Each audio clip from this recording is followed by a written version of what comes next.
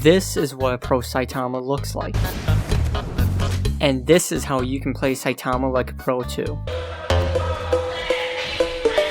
Starting off with normal punch, the only viable attack it really has is being able to flick away at the last moment to move the debris so it doesn't get in the way of your fighting. Besides that, it's just your ordinary 20-second cooldown move that does 20% damage on hit and 30% if they don't ragdoll cancel it. Next move being consecutive punches. The best tech for consecutive punches is being able to combo extend with a downslam afterwards. This can be done by downslamming someone using consecutive punches, and while doing so you hold M1, jump right as the consecutive punches end and go for the downslam. If done correctly, the person can't even counter it. Next move being shove, arguably the best move Saitama has, due to the fact that A, it's a block break, B, it's an insane combo extender for the sole reason of its low cooldown of 10 seconds, and besides the fact that you can just run up to a person holding block and get them into a free combo, you can use it for a combo extension if you were to hold M1 during a shove. Depending on whether you use it before or on your last, M1 would do different things. If you use it before your last, you can either side dash and do some other moves such as normal punch, you can front dash even to get more M1s, or if you were to use it on your last M1, it knocks them to the ground. However, be careful of the ragdoll cancel if they do have it. Optionally, another thing you can do is 3 slow M1s and wait a moment before using shove, and then side dashing and doing even more M1s. It does less damage than the front dash variant, however, you don't need your front dash to do this one. Also, a side note, his shove can deflect projectiles if you really wanted to use it like that. His last move being uppercut, arguably his best move to bait out your enemy's ragdoll cancel. If they do have the ragdoll cancel, I would only do 3 M1s into uppercut because doing 4 is way too risky against high skilled players. On top of that, you can jump up after you do uppercut and M1 your opponent early, and this can throw off a lot of people's timing because they typically save the ragdoll cancel until the last moment to see if you're trying to bait them out or not. Now, if they don't have ragdoll cancel, this is an amazing move to do after the downslam consecutive punches tech, as seen in the combo later in the video. Optionally, you can also wait until right as they're getting up to go ahead and uppercut them, since there will be a brief period where they will be unable to ragdoll cancel and you'll be able to get them into your uppercut.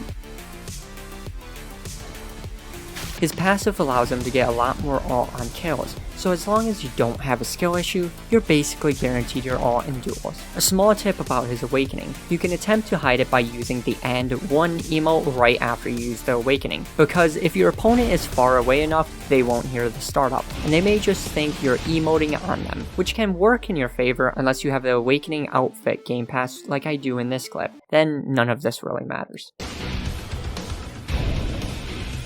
His first move being Death Counter. The only moves that can go through Death Counter are all Saitama ults, the Final Hunt, Speed Blitz Dropkick, the Big Slam of Brutal Beatdown, both versions of Death Blow, Atomic Slash, and all ultimate startups. Also, shockwaves don't activate it, such as Gara moves and finishers, or Tatsu's Crushing Pole variant for example, even though if the main attack still hits you, it does still activate it. The best example of this is Foul Ball. The first shockwave that happens will not activate it. However, the end bit where Metal Bat swings his bat upwards to knock the opponent away will activate it. Death Counter has unlimited range.